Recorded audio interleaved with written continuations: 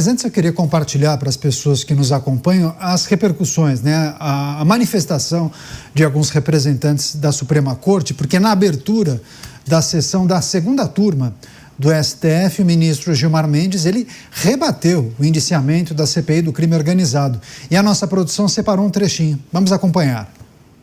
Diante do episódio recente envolvendo a proposta tacanha de indiciamento de ministro do Supremo e também do Procurador-Geral no âmbito da CPI do crime organizado.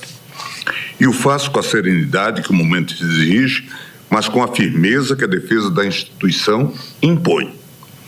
Certo de que a forma como tudo isso tem ocorrido, com vazamentos seletivos de documentos pela CPI e a construção de narrativas apressada em torno de fatos ainda sob apuração, indicam que essa dinâmica se insere num movimento mais amplo, que recomenda um olhar crítico.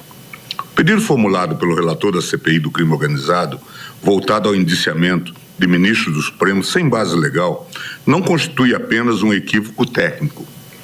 Trata-se de um erro histórico, que nos conduz a uma reflexão mais ampla sobre o papel dos poderes e os poderes das comissões parlamentares de inquérito. E eu tenho absoluta certeza, senhores ministros, de que o tribunal vai se debruçar sobre isso. Tá aí, manifestação do ministro Gilmar Mendes. Deixa eu chamar o Roberto Mota. O ministro coloca em xeque ou faz uma reflexão sobre o papel das instituições e das CPIs, né, dos colegiados que acabam investigando temas e casos no âmbito do Congresso Nacional. Queria escutar a sua avaliação a respeito desse questionamento feito pelo ministro também, Mota. Nós temos duas questões juntas e misturadas nesse caso, Caniato. É importante separar as duas questões. A primeira questão, que era a única presente até alguns poucos meses atrás, é o ativismo judicial. É o judiciário assumindo um papel político. É a Suprema Corte Brasileira chamando para si todas as questões e dando a última palavra sobre tudo, anulando dessa forma os outros poderes. E o melhor exemplo disso talvez seja a releitura da imunidade parlamentar. A Constituição, no artigo 53, diz que os parlamentares são imunes por seus atos e palavras. No entanto, essa imunidade foi reinterpretada. Então, esse é o problema número 1. A Corte agindo politicamente. E discursos como esse me parecem uma evidência clara disso. Trata-se de um discurso político. Esse é o problema número 1. O problema número 2 é o potencial suposto envolvimento de ministros no escândalo de corrupção. A gente tem que ter consciência de que são dois problemas graves e distintos. O Congresso Nacional não fez nada quanto ao problema número 1. Absolutamente nada. O Congresso Nacional, o Senado, podia ter dado andamento a processos de impeachment para retirar 1, 2 ou vários ministros da Corte, mas não fizeram isso. O Congresso Nacional, o Senado, poderia ter barrado candidatos à Suprema Corte, candidatos que eram escolhas obviamente políticas, escolhas inadequadas para a maior corte do país. O Senado não fez nada. Pelo contrário, nós vimos senadores da dita oposição, senadores de direita, fazendo discursos bonitos, se derramando em elogios aos candidatos. E aí surgiu o problema número 2, e agora a CPI do crime organizado, que deveria realmente estar olhando o crime organizado, as facções, faz esse relatório pedindo o indiciamento de ministros. O que significa indiciamento neste contexto? Bom, eu posso estar enganado, mas até onde eu consigo ver não significa nada, porque quem tem que apresentar uma denúncia contra os ministros é a Procuradoria-Geral da República, que é uma das que foi abre aspas, indiciada, fecha aspas, pelo relatório da CPI. Ora, veja bem, o Senado também tem o poder de retirar o Procurador-Geral da República se ele não estiver fazendo o seu trabalho. Então, eu devolvo a pergunta aqui para os meus colegas, o que significa esse indiciamento? Porque na minha interpretação, ele não significa absolutamente nada. Ele não tem nenhuma consequência prática. Ele pode ser uma declaração moral, tardia, muito tardia, para o Congresso Nacional, ou pode ser uma declaração política. Agora, a única coisa de concreto que o Congresso Nacional, que o Senado pode fazer, são essas duas coisas. Levar adiante o processo de impeachment dos ministros e barrar a entrada de candidatos que não são adequados. O Congresso até agora não fez nenhuma das duas coisas. Uma rápida parada para você que nos acompanha pela rede. Mas eu sigo aqui com os nossos comentaristas, analisando esse o principal destaque do noticiário e principalmente a manifestação do ministro Gilmar Mendes na abertura da sessão da segunda turma no dia de hoje. Deixa eu passar para o Luiz Felipe Dávila. O Dávila vai trazer também as reflexões dele. Ficou claro, né, Dávila? Fica clara a insatisfação do Supremo expressa nessa fala do ministro Gilmar. Em outros tempos, os ministros não deixavam isso claro, né? Acho que esse tipo de rusga, de insatisfação, não vinha à tona, principalmente na abertura de uma sessão para tratar de outras coisas, né? O que é preciso também considerar em relação a essa mudança de comportamento que a gente observa na conduta dos representantes da Suprema Corte. A mudança é muito simples. No Brasil, do ativismo judicial, os ministros perderam qualquer pudor em relação suas falas arbitrárias e autocráticas. Na verdade, o que o ministro está dizendo é que se o Senado não recuar, que ele pode chegar, esse caso pode ser tratado na Suprema Corte, pode recorrer aos poderes extraordinários que já ocorreu no caso dos manifestantes de 8 de janeiro, entender que houve vazamentos seletivos e tudo isso, e inclusive processar ou caçar ou pedir a cassação de senadores da República. É isso que ele está dizendo. Tipo, não desafie o poder absoluto do Supremo, que nós podemos tudo, nós estamos acima da lei, nós somos Luís XIV, vocês não estão entendendo? O Estado somos nós.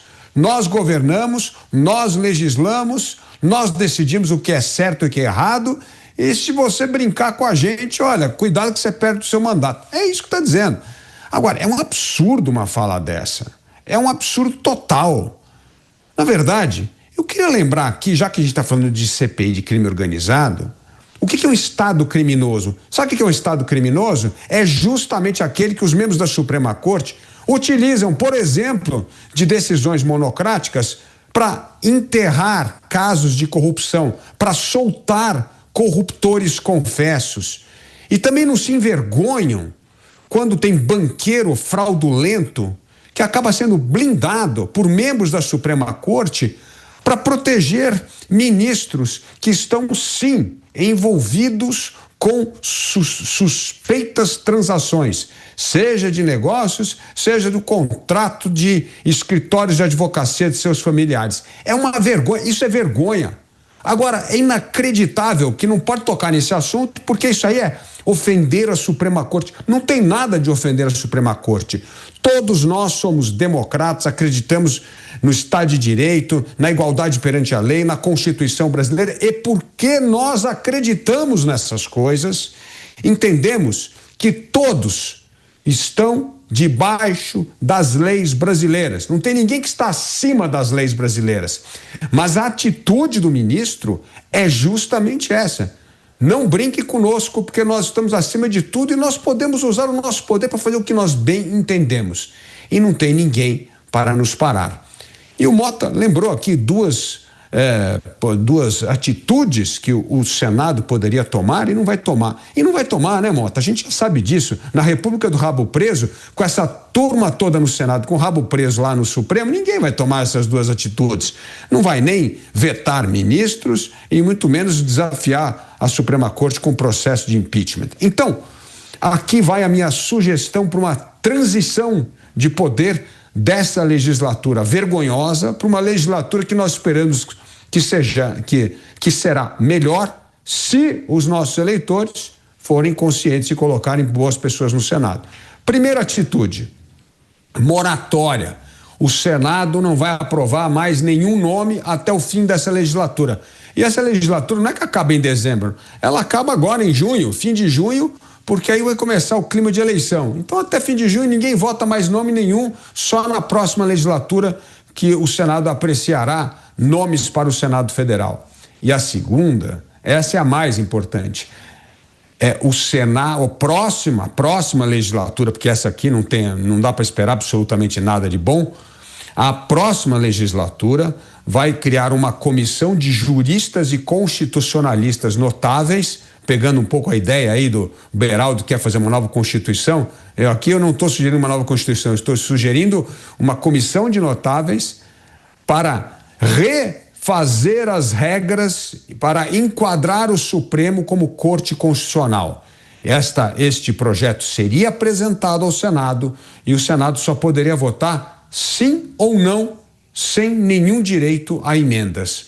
Quem sabe assim nós enquadraremos a Suprema Corte novamente no seu papel constitucional, como está no artigo 102, de uma corte que tem que zelar pela Constituição e não legislar e governar e estar acima da lei e da Constituição. Recebendo a rede Jovem Pan, todos conectados com a gente aqui em Os Pingos nos Is. Muito obrigado, viu, pela parceria, pela preferência. Fique sempre bem informado aqui na Jovem Pan. Deixa eu passar para o Bruno Musa, só aproveitando e convidando toda a audiência para votar e manifestar a sua opinião sobre a enquete do dia que trata justamente da CPI do crime organizado, né? O que você acha que dará o relatório final, essa investigação? Alguém vai ser punido? Ou ninguém vai ser punido, ou depende. Se for peixe pequeno, talvez aconteça alguma coisa. A gente conta com você, com a sua manifestação, o seu voto. Deixa eu passar para o Bruno Musa. Bruno, me apoiando um pouco nas informações e questionamentos feitos pelo Mota sobre o indiciamento, né? Há uma dúvida, bom, o que representa? Talvez não dê em nada, mas é uma posição, isso poderá ajudar os outros órgãos que avançam com investigações, ou você acha que não valerá de absolutamente nada? É preciso considerar que, no caso dos ministros da Suprema Corte, é preciso passar por uma avaliação e pelo crivo do presidente do Congresso e do Senado, Davi Alcolumbre. Só gostaria de deixar isso frisado aqui. E vale lembrar também, há um tempo atrás, o Davi Alcolumbre, ele mencionou que mesmo se tivesse aprovação de unanimidade, ele barraria, alguma coisa do tipo, lembram alguns meses atrás disso. Mas os fatos vão mudando. Eu vou na linha, Caniato, do que eu falei alguns dias atrás, vocês devem se lembrar aqui, que por mais que não deem nada agora, com o nosso, que eu nem diria mais ceticismo, talvez realismo, é um pouco mais do copo que vai se enchendo. Isso começou lá atrás com escândalos de corrupção como o Mensalão, que acabaram esquecendo, depois a Lava Jato, depois os mesmos ministros de agora cancelando os processos, devolvendo dinheiro carimbado com corrupção e assumiram que tinha corrupção, tudo que nós conhecemos no Brasil, mas o copo vai se enchendo. E a população vai começando a ficar mais cansada e mais conhecedora do processo, digamos assim. Como eu mencionei outro dia, a moça que trabalha aqui em casa chega para tomar café da manhã, a gente toma todo mundo junto, ela sequer terminou os estudos até a 8ª ou 9ª série, não sei como chama agora, ela sabe os nomes dos ministros e começou a comentar a respeito disso. Isso acontece quando você pega um Uber, quando você está caminhando pela rua, quando você está em uma padaria qualquer, seja uma padaria de mais alta renda ou de mais baixa renda. Isso está acontecendo uma evolução do processo educacional brasileiro. Bruno, mas ainda é muito incipiente. Sim, mas até alguns anos atrás nós estaríamos falando agora apenas da Copa do Mundo, se Neymar seria contratado, não, seria chamado para a Copa do Mundo ou não. Agora não, isso passa batido. Então eu acho que de fatos em fatos tão obscenos, tão óbvios, tão claros, tão explícitos como o que vem acontecendo debaixo dos nossos olhos, a população vai cansando. E tem uma chave importante aqui também. A economia, ela já demonstra sinais de cansaço brutal.